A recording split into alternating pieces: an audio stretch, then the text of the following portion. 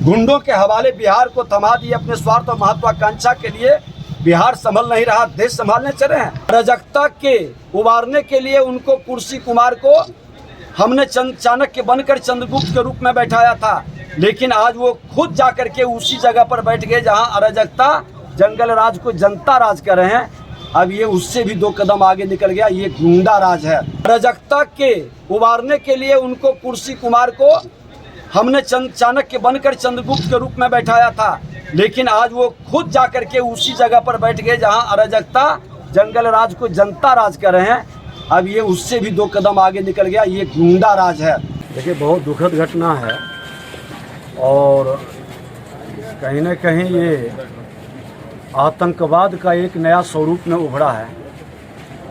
हम लोग तो अपराध को झेल ही रहे थे, ये एक दहशत, एक गुंडागर्दी फैलाने का जो माहौल खड़ा किया गया, ये बिहार को उसी राज्य में लौटाना चाहता है जहां पर आतंक और अपराध का एक दहशत रहता था। डर से नहीं बोलता था, राह चलते किसी को उठा लेना, अपहरण कर लेना, किसी को हत्या कर देना। आज पूरे लखीसराय के अंदर आज धरना का कार्यक्रम है, सामूहिक बलात्कार के विरोध में डकैती हुआ। मुंगेर में इसी तरह से एक रेल कर्मी को बुला करके घर से निकाल के चौक पर गोली मार दिया दिन दहाड़े 7 बजे सुबह को। और यही भारतीय जनता पार्टी, मुख्यमंत्री जी को आभास नहीं है, उन्होंने कभी संघर्ष नहीं किए हैं, आकर करके उस जंगल राज का ताप को नहीं सहे, शहादत और शहीद और उस बलिदान में उनकी भागीदारी नहीं रही। उनको तो हम लोगों ने कहा अराजकता के उबारने के लिए उनको कुर्सी कुमार को हमने चाणक्य बनकर चंद्रगुप्त के रूप में बैठाया था, लेकिन आज वो खुद जाकर के उसी जगह पर बैठ गए जहां अराजकता जंगल राज को जनता राज कर रहे हैं।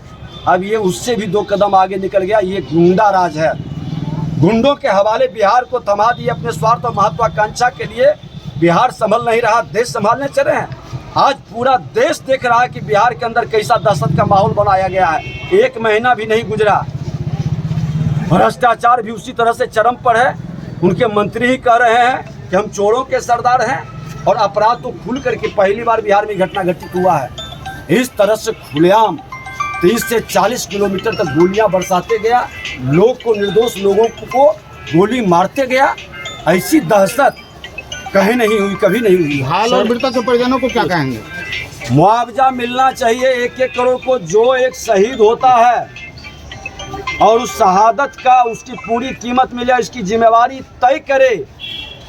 और जब तक भ्रष्ट पदाधिकारियों को नहीं हटा करके अच्छे लोगों को आप स्थापित करेंगे, कानून की व्यवस्था नहीं सुधरेगा। आई बात मत करिए मुख्यमंत्री जी, आप कानून व्यवस्था के नाम पर रोज बैठक कर लेते हैं और घटना बढ़ जाती है। जब जब ये कानून व्यवस्था पर बैठक करते हैं और घटना तेजी से बढ़ती है। सर, एक क्वेश्चन है कि कल से सोशल मीडिया पर CCTV फुटेज आ रहे हैं उस अपराधियों के, और उस पर प्रशासन का कोई स्टेटमेंट नहीं आना, क्या